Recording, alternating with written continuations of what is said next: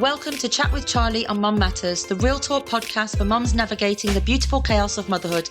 I'm Charlie, mum of 5, here to help you feel more confident and less overwhelmed from pregnancy to those am I doing this right moments we all have.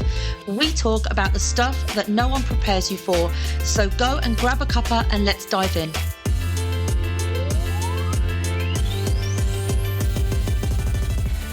Hello, lovely, and welcome back to Chat with Charlie on Mum Matters. I'm Charlie, mum of 5. And if you're new here, I am so glad that you have found me. Today's episode is one I've been wanting to do for a while. It's called I Don't Know Who I Am Anymore. And if that title made you stop scrolling, then you're in the right place. And I'm glad you're here. This one's going to be really honest, and I hope by the end of it you feel a little less alone and maybe, just maybe, a little more hopeful about what comes next for you. So grab your tea or your coffee, your moment of peace, wherever you are, and let's get into it. I remember many moments during being a mom where I felt like I'd lost myself. And one of them was definitely during COVID, during lockdown. My kids were everywhere, the house was loud, toys were on the floor, dishes in the sink, someone was crying, can't remember who, probably me, to be honest. And I was standing in my kitchen, because that's where I am most of the time, just standing there though. And I caught my reflection in the window and I didn't recognise who I was looking at. Didn't know who I was anymore, not physically. I mean, I knew it was me, but something behind my eyes was just gone.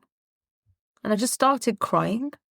Not because anything terrible had happened, not because anyone had said anything to me, because in that moment I realised I had no idea who I was anymore. I wasn't Charlie. I was just mum. There's nothing wrong with that. Like, I'm not ungrateful for the mum that I am. I wanted to be a mum the whole of my life, and it's my greatest achievement. But there's really something about looking at yourself and not actually knowing who else you are other than that. I was the one that made the lunches, the one who did the school run, who cleaned up, sorted out, held it together. But the woman I used to be, the one with dreams and energy and lots of opinions that weren't just about nap times and nap schedules and what's for dinner, she felt like a stranger. And the scariest part about all of that, I couldn't even remember when exactly I'd lost her.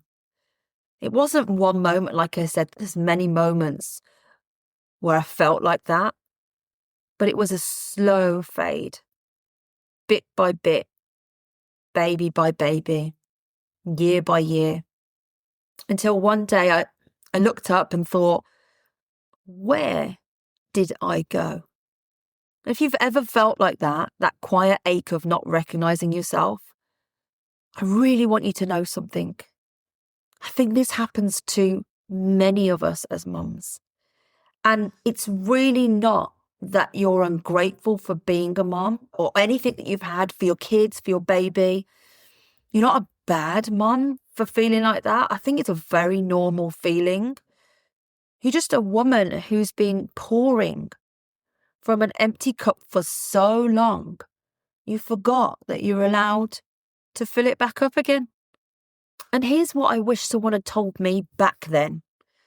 This really does happen to almost every mum, like almost every single one. It's not a flaw. It's not failure. It's just a phase. And I don't say that to minimize it, to shrink it, because it feels massive when you're in it. But I say it because you need to hear there is nothing wrong with you. Think about it. From the moment you become a mum, everything shifts. Your body, your sleep or lack of, your time, your priorities, your relationships, your identity.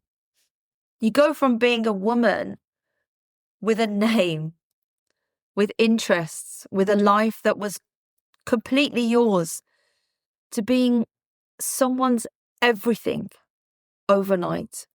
And there really is something extremely magical about being someone's everything. But society tells us we should love every second of it, that we should just feel grateful, that wanting something for ourselves is selfish. So we push it down. We keep going. We tell ourselves, when things calm down, I'll focus on me. When the kids grow up, I'll focus on me. But things don't calm down, do they? At least they don't in my experience. There's always another phase, another need, another reason to wait. And before you know it, years have passed and you're standing in your kitchen crying because you don't know who you are anymore. This is not a character flaw in you. This is what happens when you give everything and keep nothing for yourself. And the first step to changing it is recognizing that this is a phase, not a life sentence. You can come back to yourself. I promise you, because I did it. After 5 babies, I did. I came back to myself. So, how do you start to come back to yourself? Here's what I want you to understand first. And this was a game changer for me. I thought for a really, really long time, and I think this was a massive part of my frustration. I thought that I wanted to, and I needed to, go back to who I was before kids. That's where I was trying to get. I was getting very frustrated because of all the things that I couldn't do anymore because I was a mum. And those things that I couldn't do were all the things that I was free to do before having kids. But the reality here is that you're not going back to who you were before kids. That version of you, she doesn't actually fit in your life anymore. And honestly, she shouldn't have to. The goal isn't to go backwards. It's to bring the best parts of her forward into the life that you have now. The dreams, the spark, the things that made you feel alive, those didn't disappear. They just got buried under the nappies and the night feeds and the mental load. So here's what I want you to try. First, start noticing, not fixing, not changing, just noticing. When do you feel most like yourself? Even if it's just a flicker. Is it when you're alone in the car with your music on? Is it that 5 minutes in the morning before anyone gets up? Is it when you're laughing with a friend? Start paying attention to those moments, because those tiny sparks, they're clues. They're the sort of breadcrumbs back to you. Second, ask yourself some honest questions. What did I love doing before kids that I've completely stopped doing since having kids? What would I do with a free hour if no one needed anything from me? Now, I think we're all hoping for that free hour to do something for ourselves, and, I never have any time. That's, it's a common line that I hear a lot of moms say. I hear myself saying it. But if you had that hour, what would you actually do with it? Do you even know? Ask yourself that. What parts of the old me do I actually miss? Because I think we spend a lot of time trying to get back to that old version. But is it sort of reminiscing on how you were, or do you actually miss parts? You don't have to answer right away. Just sit with the questions. I bet you've never asked yourself these questions before. Let them breathe. Third, protect micro moments that are just yours.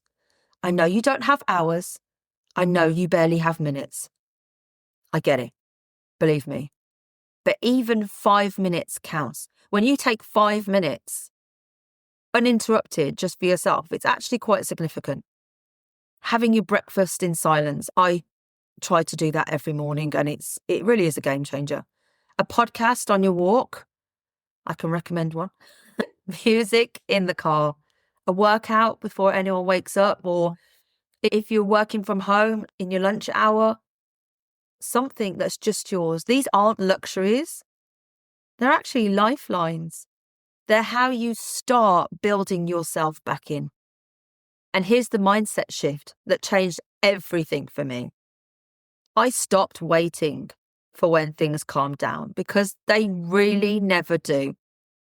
Instead, I started creating tiny pockets of space, and I protected them fiercely. Fourth, here's one that I love. Put your mum guilt on trial every time that mum guilt creeps in. And it will. It does.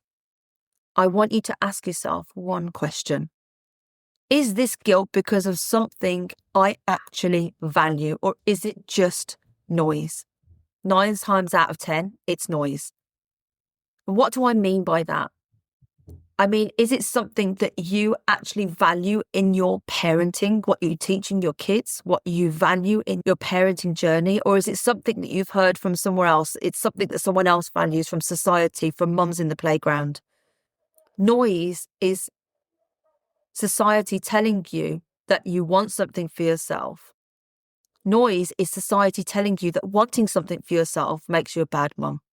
And let me tell you, it doesn't. It literally just doesn't. I teach all about mum guilt, getting it under control and putting that mum guilt on trial so that you can actually eliminate it in Back to Me.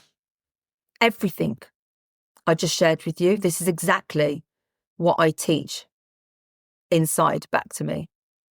Most of it is from the very first step. It's called Reclaiming Your Identity. And it's where we start. Because you can't build a life that has room for you if you don't even know who you are anymore. Inside step 1, I walk you through something called the identity audit.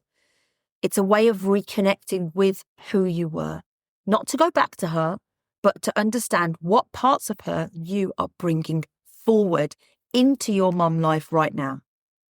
We look at your values, your spark, the things that made you feel like you, and we figure out how to weave them back into your life as a mum, without guilt, without waiting, and without losing the mum that you've become. Because here's what I believe with my whole heart. You don't have to choose between being a good mum and being yourself. You can have both. And that's what Back to Me is all about. I'm so passionate about Back to Me, and the reason I created it is because this was such a journey for me to get back to myself. And I want to help every single mum that I can do the same. If this episode resonated with you, if you're sitting there thinking, yes, this is exactly how I feel, then I'd love for you to check it out. It's a 5-week program. It's not about adding more to your plate. It's about finally making room for you on your plate. You can find the link in the show notes, or you can send me a DM on Instagram, Charlie's Parenting Pages, and I'll send you everything you need. Thank you so much for being here today. I really hope this one landed for you. And I hope it makes you feel a little bit less alone and more seen. And maybe even a little more hopeful that the way you're feeling right now isn't permanent, because it's not. You can come back to yourself. I did, and I believe that you can too. Thank you so much for listening, and I'll see you next time. Thanks for listening to Chat with Charlie on Mum Matters. Find ongoing support in the Mum Matters community. Link is in the show notes, because behind every child is a mum who matters. See you next time.